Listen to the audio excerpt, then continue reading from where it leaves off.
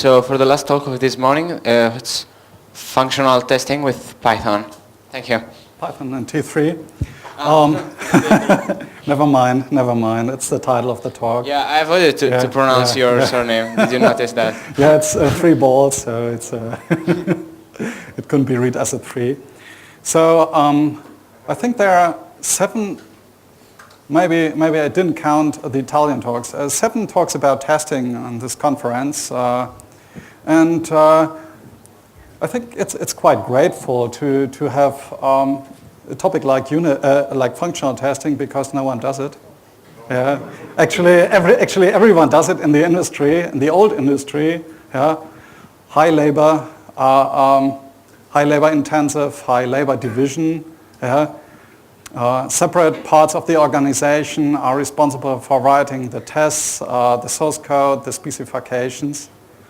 And actually, I grabbed this definition from Wikipedia, and I don't really understand it, but you can grab some of the keywords, which is black box testing, which is also very heavy on I/O, and so in the separation of basically the test target, which can be something like a small embedded system, and the test tool or the test environment.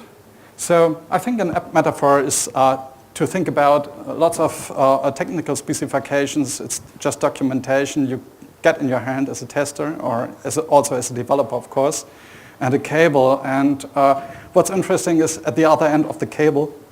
And so you can abstract this out as a black box. Yeah, so it's black box testing, and you just send messages in and get messages out. And now you have to find compliance with the functional specification on the right-hand side. And it's actually a bit of a mess, because we have this testing hierarchy, which starts with module testing, and then you isolate the modules, then you integrate those modules finally together, and finally you test or develop a whole system integrated, both the system under test as well as also environmental background system or something like this. Usually in functional testing you start on the integration level, because you don't have something like a module. You have to isolate the module if you're lucky. Yeah, you can build in a backdoor, and if you are also the developer of this system, and you realize the backdoor is some test commands. And so this is what's recommended. You compile those backdoors out, yeah. But you hardly get a developer in agreement with you. So, and even if you do, it's a recipe for a whole mess, or mostly a human failure. So, because you have now created two targets, one development targets, one which contains the testing code, and one without. But it's actually quite nice to isolate some configurations using test commands. So just having a put and get on special memory locations, and then you can handle things more finely. There's also another approach for functional testing on a definitional level, which means decomposition or functional decomposition and methods. This is something like all the lectures and the books about testing are about in that area. It's equivalence, class partition. You have state machines, and you try to figure out all the parts through state machines. There are also some more exotic, maybe less known methods, like a classification tree method. This is created by, I think, Daimler, and they also sell tools for it. And the crucial question, and I think for the Python community, is, well, we have all those unit testing systems, but unit testing is quite fine, because you just test Python code, and you test Python code with Python code, so you're living in a closed environment. But when you develop an embedded system in C, and it runs on an emulator. You don't even have the space to launch or bring your testing code inside. Sometimes you can do this on Java cards, so there are separate applications. I idealized a testing system which doesn't exist, in the Python space, and so it contains the test cases on the top. It's actually written by testers or maybe also developers. Then there is a test library which is project specific, which contains data definitions, models, and so on. Models like state machines, data definitions like, for example, all the commands and the command structures which are sent to some device and you get back. And on the lower level you have a terminal abstraction or communication to the system under test. You have libraries which can be arbitrary, like crypto libraries, XML, whatever. And there are also there's a necessity for having data types and parsers to handle all those data which are sent from the device and you get back from the device. And I think the most critical part is why there doesn't exist anything is the terminal abstraction, because the field is so heterogeneous. So, for example, I'm working in the smart card area, and usually you get drivers from operating system drivers, but this is a very rough specialization. Yeah? If you are working in a slightly different area, like for example you make USB communication or device drivers, you would have a completely different terminal abstraction. You have other definitions, and usually in the industry, the test system is built just by the company, and they don't use something like a layer or a component. So T3 is basically about those part of the system, or the imagined system. It's data types, paths, and methods. And this is the technical part I will go into now. So we need a data representation, something like a currency.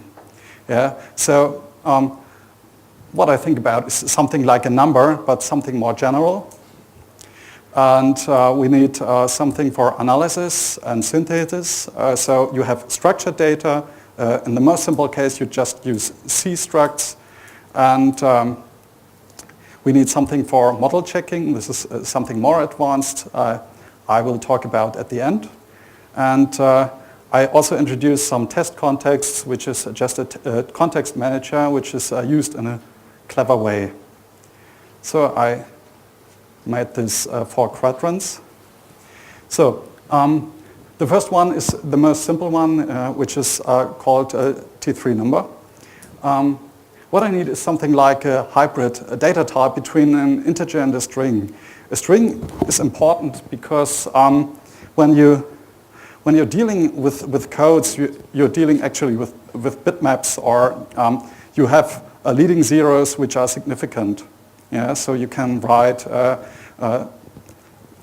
for example, you need 6 bytes which are all 0, and this is quite different from having just a 0 as a number. But nevertheless, you can derive from this T3 number various types which are abstracting away lots of stuff. So starting with a hex object, you can construct the hex object. It remains, it saves the leading zeros, and yeah, there's also a binary object which works the same. It's quite easy to convert them to usual Python types like numbers or strings, or arrays also when you need a binary type.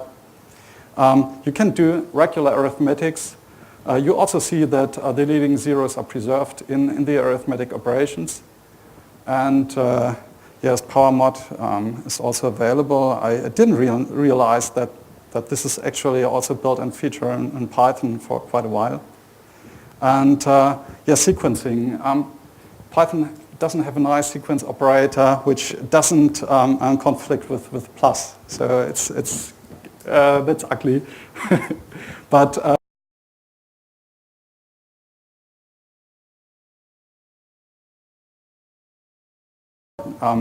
bytecodes or hex maps or whatever you call it. And yes, I think that's basically all what I wanted to tell about the numbers. The next type is about constructing composite objects. So now you start at least with, this is a tabular structure which has a method called add. On the left-hand side, you add something like a length pattern, or it can also be another pattern, but I'll come back to this later.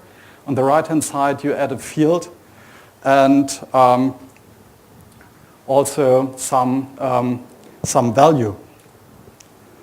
And you also see the star, which is used to indicate a length of arbitrary size. I use the left shift operator as a reading operator, and now even with that simple definition, a byte string can be read by a T3 table and creates a new T3 table passed with the star pattern and the lengths. Okay, so there are two kinds of it, and I think the length is correct. It's not computed in that case.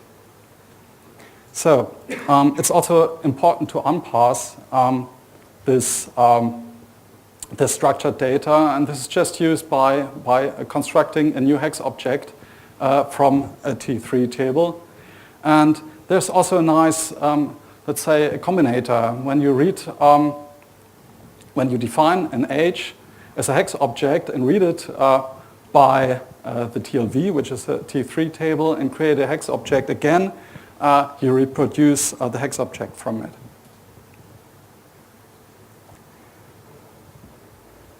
So in my first example, I assigned a length pattern. Yes, actually, it was a number on the left-hand side, and now I can generalize the pattern to functions and use these functions as well for parsing, and this is what I'm doing here. The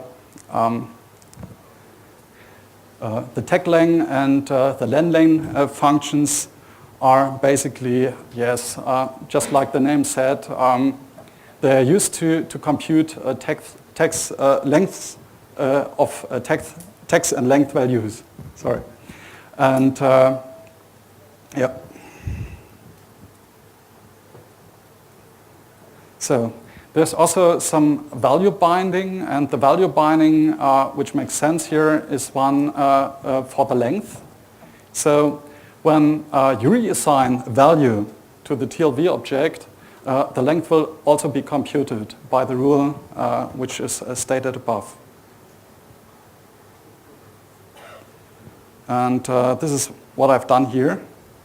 So I reassigned the value, and the length is computed then in the correct way.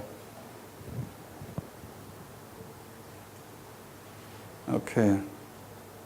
So finally, you can also use the T3 table and construct a new T3 table from it just by using the field names, which are just defined in the very first case. So tag length and value are still available, and so this is an entirely new object. So you can say, well, Well, a T3 table has a under call, under method, which acts pretty much like a copy constructor.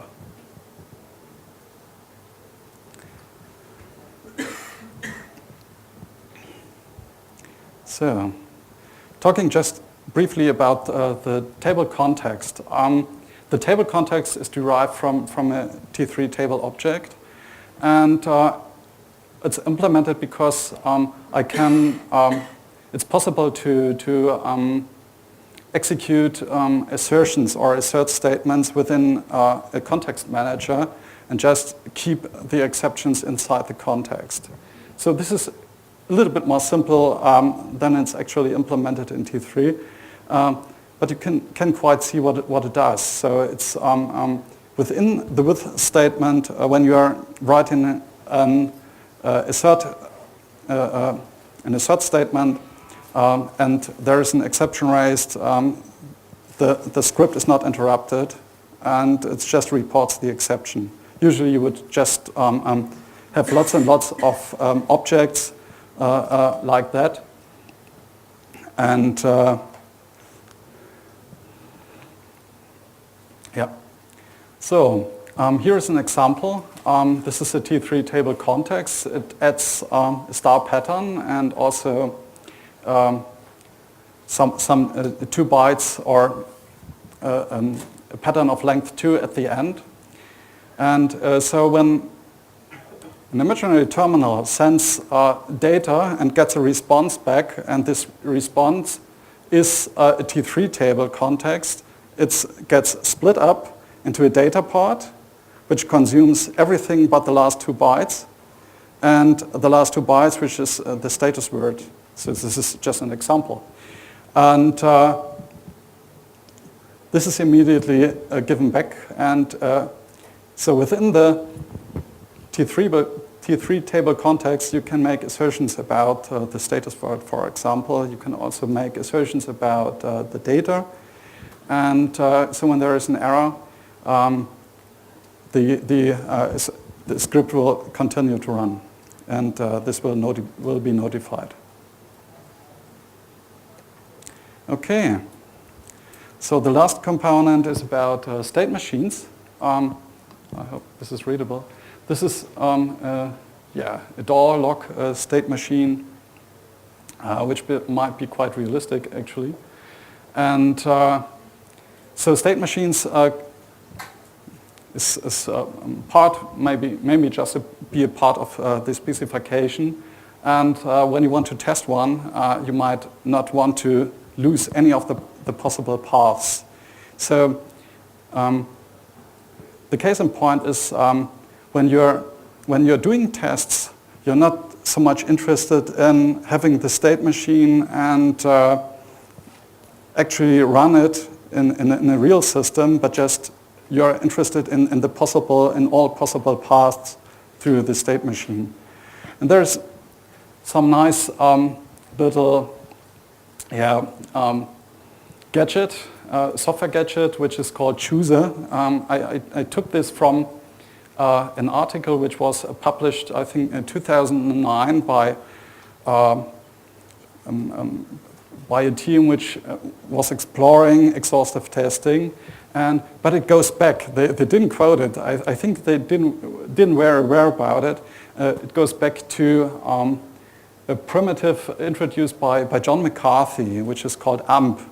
And AMP is the operator, which I will briefly define here in the case of this very, very simple, you don't even see here that's a whole state machine, but the basic idea is that there is a control flow, and you want to combine every possible of the values you add through the chooser.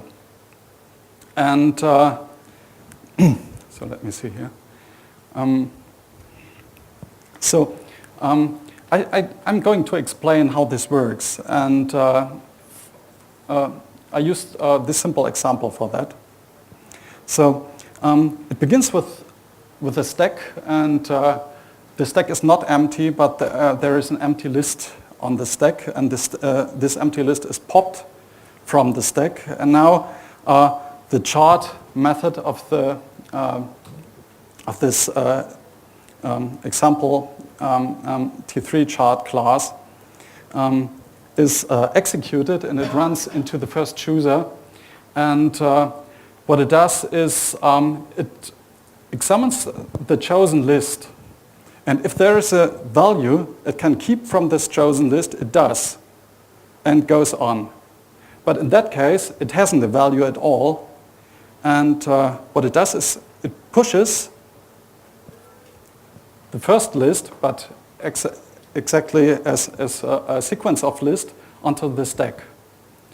And now it pops again one of the lists on the stack, and the chosen one is 1. So once again, it calls the function with the decorator. The decorator flow is the decorator which is responsible for calling the function. And now it has the 1, and it can be returned at the X position. So it goes on, and then it goes into the second branch, and there's no value at all in the chosen list. So once again, it pushes the list with the CD strings onto the stack, and we have 2 other lists, which is basically you have the chosen one, which was 1, and then all the elements of the other lists are added to it. So now, going back, just start again. Now there is 1 and D, and this is sufficient for a complete flow. So in the next step, 1 and C is popped, and you get a flow again. And here you see, yes, it's the same game as with the former list with 1. And once again, a list is pushed on the stack, and so it goes through the whole automaton. So the idea is that there is no initial Cartesian product or anything like building a value right from the start, but the products or the values which are finally created and returned with the vars, it's always the vars which are returned, are defined by the control flow of the function. And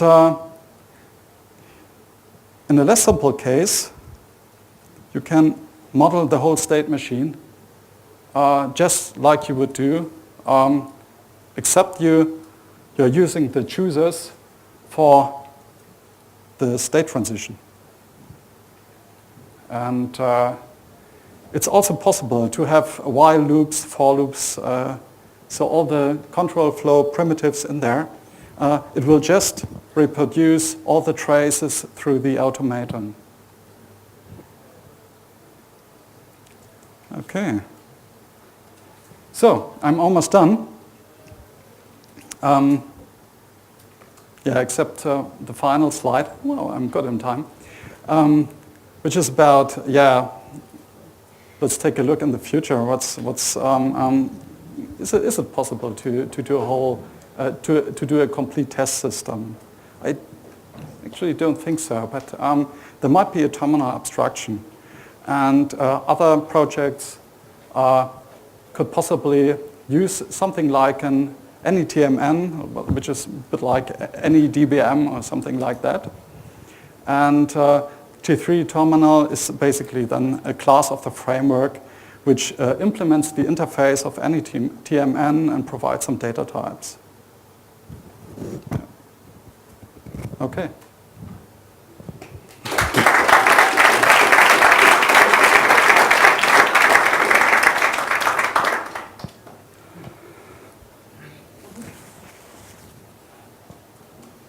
Yeah.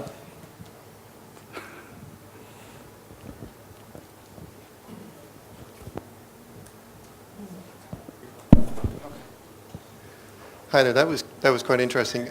A few years ago, I had to work a lot with payment systems, and I used to have to talk at kind of a low level like this. And I realized that I had to effectively generate a sort of SQL alchemy for the protocol we were doing. And one of the things I encountered, and I was wondering if you did this as well, was in your table, it looked like a field, but you could have, according to a functional spec, you could have this 2 bytes is actually an ASCII letter and stuff like that, so you could define what each of the fields is. You mean the sort of conversions, auto-conversions? Yeah. I think that's more on the level of yeah, you're right. It's automatically usually converted into a hex object. So the hex object, just as I said, is some sort of a currency because you get all the types in and out. You can construct a hex object from an array or from the string or whatever. You need a little bit more special syntax for ASCII or BCD. There are also some more exotic codings, in particular in the smart card area, SIM cards or so. Yeah.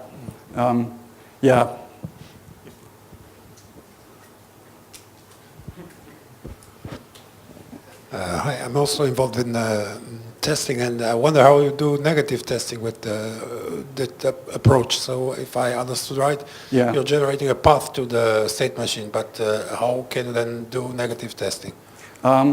With the state machine, it's actually just as easy because you can define fault states. When you think about the state machine as a regular automaton, you have to delimit it somehow. So you need to introduce failure and pass status words, and then test against both. Well, you actually need some exit state and prepare a little bit more. I think when I go back, wait a moment. No, it's just not in the drawing, but you need some thresholds. So because otherwise you have an infinite state machine, you cannot build all the traces. Yes, but that's then part of your function definition. Yeah. Okay. Hi. If I understand, there is a way to map a C structure in a table, or I think that's both pretty easy, but you also it's not something like a foreign function interface. So you don't have something like where you say, well, this is a pointer and I map this to something like this. I think a T3 table is a bit a mixture of a C structure and a spreadsheet, with all those bindings which are formulas in a spreadsheet. It can also be created recursively. Things that I didn't mention is also variation. So you have something like a regular language too, which is particularly important when you have this TLV structures with a tag, and the tag is identifying what shall be parsed, not a length or something like that. Okay. Yeah. No. Yeah. Yeah. No. Okay. Yeah. Okay. Yeah.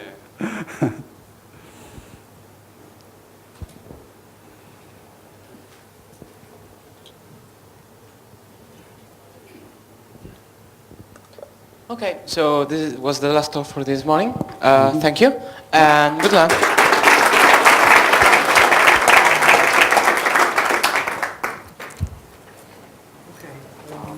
Yeah. You get all your stuff back? Yeah. Do you know what the project is called? Sì, abbiamo finito.